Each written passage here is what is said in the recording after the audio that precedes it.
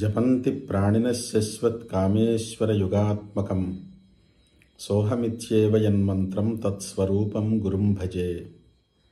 శ్రీ గురుభ్యో నమః. సహృదయులందరికీ నమస్కారం.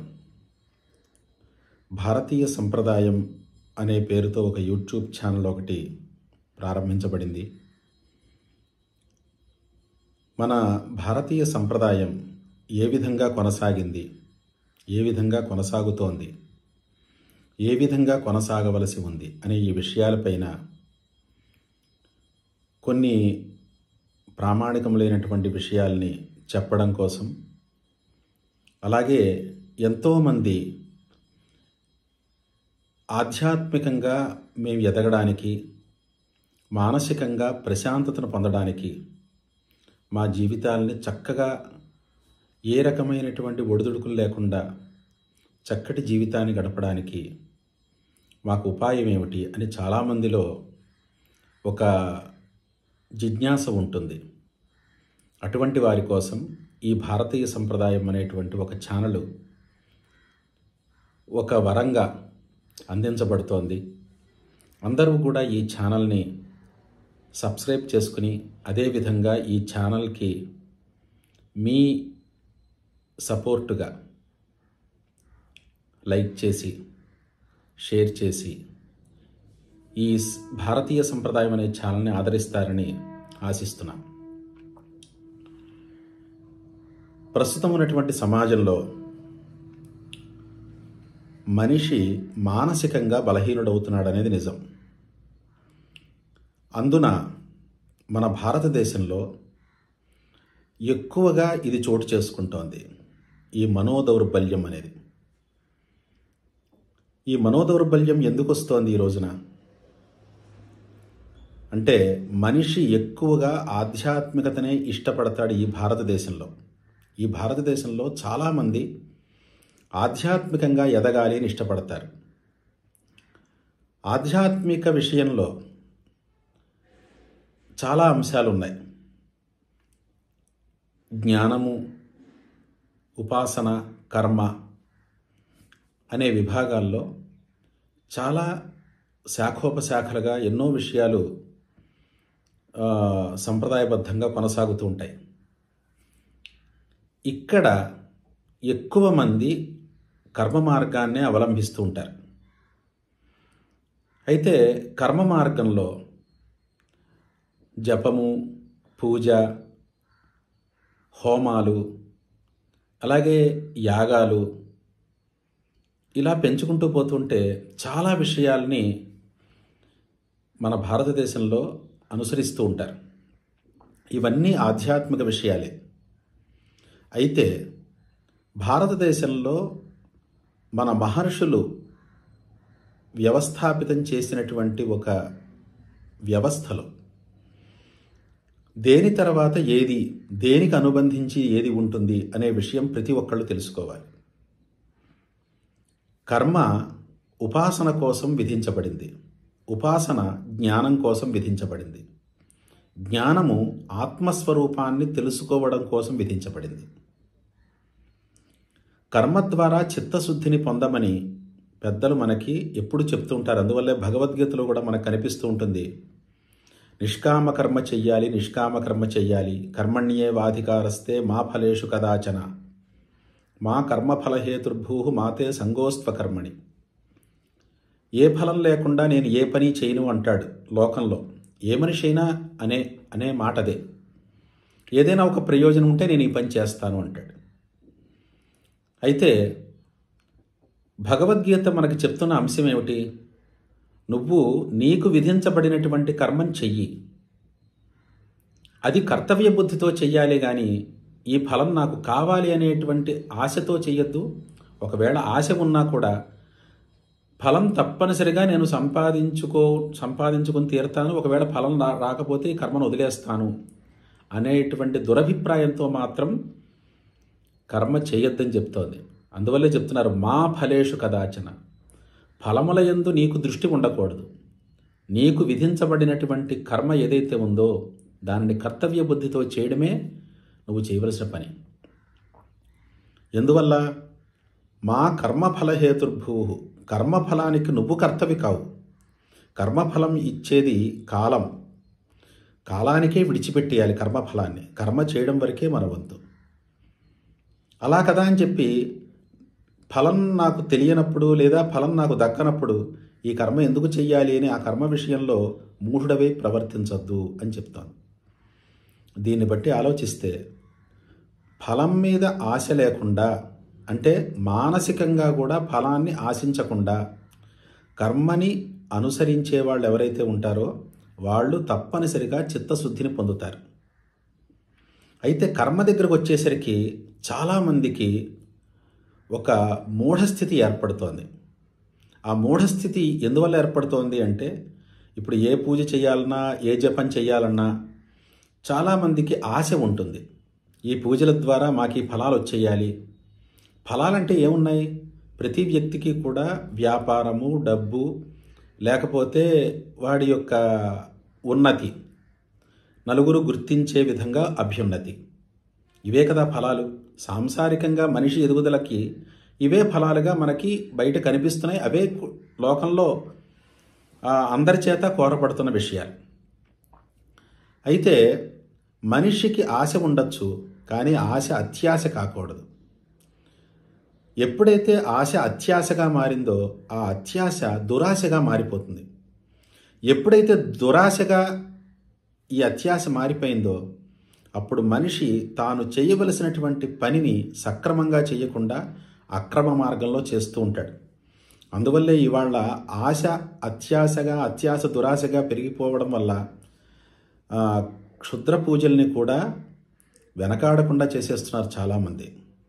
రాజకీయ పరంగా, వ్యాపార పరంగా, ఏ రకంగా అయినా సరే వాళ్ళు త్వరగా ఎదిగిపోవాలి అని ఆశిస్తున్నారు చాలామంది. దానివల్ల ఏం చేస్తున్నారు?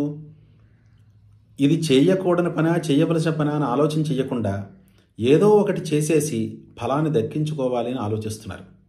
అందువల్లే మన భారతదేశం చాలా ఆధ్యాత్మికంగా బలహీనమైపోతోంది. మన భారతదేశంలో ఉన్నటువంటి ప్రజలు మనోదౌర్బల్యానికి గురవుతున్నారు. ధైర్యంగా ఉండాలి మనిషి. ధైర్యం అంటే ఏమిటి? పెద్దలు ఏది చెప్పారో దానినే నేను అనుసరిస్తాను, కానీ నా ఆశని పెంచుకుని అనవసరంగా అక్కర్లేనటువంటి దుఃఖాలని కోరి తెచ్చుకోను అనేటువంటి నిశ్చయంతో ఉండడమే మనిషికి ఉండేటువంటి ధైర్యం. ఈ ధైర్యాన్ని కోల్పోయిన నాడు కర్మ తనకి దుష్ఫలితాలనే ఇస్తుంది, కానీ సత్ఫలితాలను ఇవ్వదు. అందువల్లే ఇవాళ ప్రతి మనిషి కూడా ఆలోచించవలసిన విషయం ఏమిటంటే, సత్కర్మ చెయ్యాలి. ఆ కర్మ యందు ఫలం అనేటువంటి అంశాన్ని ఆలోచించకుండా నాకు శాస్త్రం చేత ప్రతిపాదించబడినటువంటి కర్మ, పెద్దలు సంప్రదాయంలో పరంపరగా నాకు చెప్పినటువంటి పని, ఈ పనిని నేను కర్తవ్య బుద్ధితో మాత్రమే చెయ్యాలి, అలాగే చేస్తాను, ఇంకా నాకు ఫలంతో పని లేదు అనేటువంటి దృక్పథంతో ఉండాలి.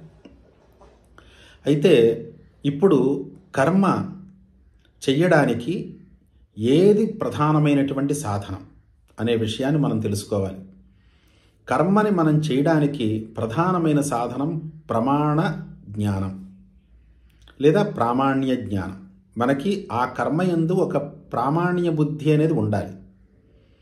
ఈ కర్మ ఇలా నేను చేస్తున్నాను అని అంటే పెద్దవాళ్ళు చెప్తే చేస్తున్నాను, లేదా శాస్త్రం చెప్పింది కాబట్టి చేస్తున్నాను. పెద్దవాళ్ళు చెప్పిన దాన్ని ఏమంటారు అంటే ఆప్తవాక్యం అంటారు, అది ప్రమాణం. శాస్త్రం చెప్పింది అందువల్ల చేస్తున్నాను అంటే దాన్ని శబ్ద ప్రమాణం, అది కూడా శుద్ధమైనటువంటి ప్రమాణం. ఈ రెండూ తీసేస్తే నా మనస్సుకి నచ్చింది కాబట్టి చేస్తున్నాను అనుకుంటే అది ప్రమాణం కావచ్చు, అప్రమాణము కావచ్చు. అందువల్లే పెద్దలు అంటే ఏమిటి? ఎవరైతే శాస్త్రం చదువుకొని శాస్త్ర మార్గంలో ప్రవర్తిస్తూ వాళ్ళు పరిశుద్ధమైనటువంటి జీవితాన్ని గడుపుతూ ఉంటారో అలాంటి వ్యక్తులు ఆడంబరాలకు పోకుండా, సమాజంలో వాళ్ళకేదో దక్కాలి అనేటువంటి అత్యాశలు లేకుండా, భగవంతుడు వాళ్ళకి ఇచ్చినటువంటి సంపదని ఎంత ఇస్తే అంత దాంతోనే జీవితాన్ని గడుపుతూ ఉంటారు. దీన్నే శంకరాచార్యులు వారు మనకి మోహముద్గరం అనేటువంటి స్తోత్రంలో చెప్తారు. భజగోవింద శ్లోకాలు అంటారు వాటిల్లో. దాంట్లో అంటారు, మూఢజహి ధనాగమ తృష్ణాం కురు సద్బుద్ధిం మనసి వితృష్ణాం ఎల్లభసే నిజ కర్మోపాత్తం విత్తం తేన వినోదయ చిత్తం. ఇది మనం ఎంఎస్ సుబ్బలక్ష్మి గారు పాడారు అని మనం వింటూ ఉంటాం. చాలా అద్భుతంగా పాడారు ఆవిడ. అలాగే కొన్ని శ్లోకాలు ఇంకా ఆవిడ పాడనివి కూడా చాలా ఉన్నాయి. ఇవన్నీ కూడా శంకర భగవత్పాదుల వారు మనకు చేసినటువంటి ఉపదేశాలు. అందులో ఈ ఉపదేశం మనం కనుక తెలుసుకుంటే మనం అత్యాశకి పోవలసిన అవసరం లేదు. అసలు అత్యాశ అనేది మనలో ప్రవేశించదు. ఏమిటంటే అది మూఢజహి ధనాగమ తృష్ణాం.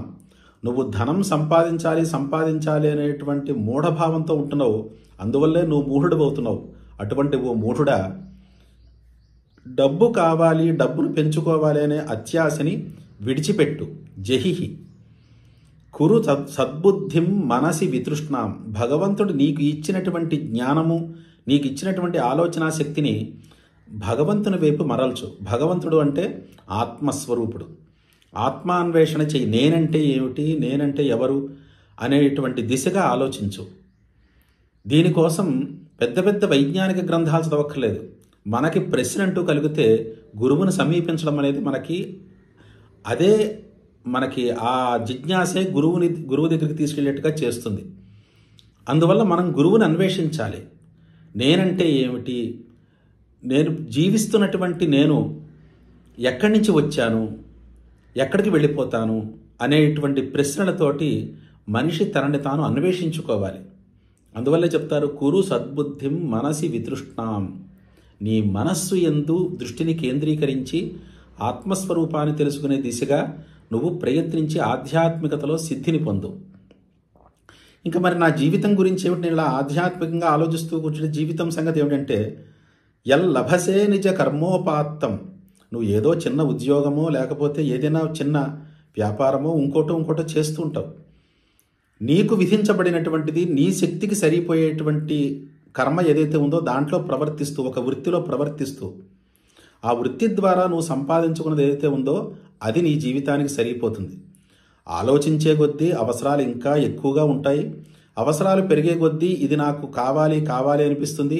కావాలి అని అనిపించే కొద్దీ దాన్ని సంపాదించుకోవడానికి మనం ఉన్న జీవితాన్ని కూడా పాడు చేసుకుంటాం. ఇది ఎలాగో జరుగుతుంది.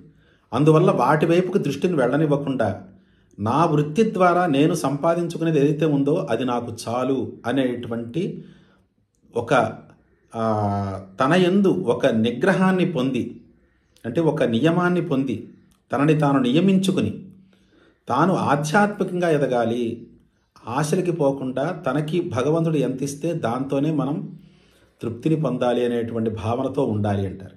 అందువల్ల ఎల్లభసే నిజ కర్మోపాత్తం. నీ పూర్వజన్మ కర్మానుసారం నీకు ఎంతైతే నీకు సంప్రాప్తమవుతుందో అటువంటి ఆ చిన్నపాటి సంపాదనతోనే నువ్వు చిత్తం వినోదయ, నీ మనస్సుని ఆనందంగా ఉంచుకుంటూ జీవితాన్ని గడుపు అని మనకి శంకరాచార్యులు వారు చెప్పారు.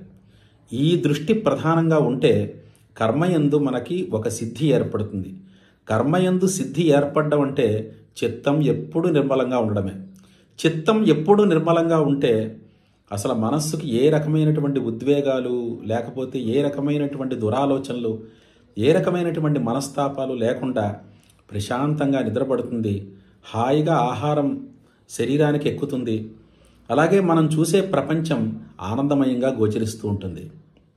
దీన్ని మనం ప్రధానంగా ఆలోచించుకోవాలి. అసలు ప్రమాణాలు ఏమిటి, మనస్సుని ప్రశాంతంగా ఉంచుకోవడానికి మనం ఆలోచించవలసిన విధానం ఏమిటి, ఈ విషయాలన్నీ కూడా మనం ఇంకా తెలుసుకోవలసి ఉంది. తర్వాత అంశంలో నేను ఈ విషయాల్ని ప్రతిపాదిస్తాను. అందరూ కూడా ఈ ప్రతిపాదనని, ఈ చేస్తున్నటువంటి ఈ ప్రతిపాదనని ఆదరిస్తారని, ఈ ఛానల్ని అందరూ కూడా ఆదరిస్తారని, అనుసరిస్తారని ఆకాంక్షిస్తున్నాను. శ్రేయో భూయాత్.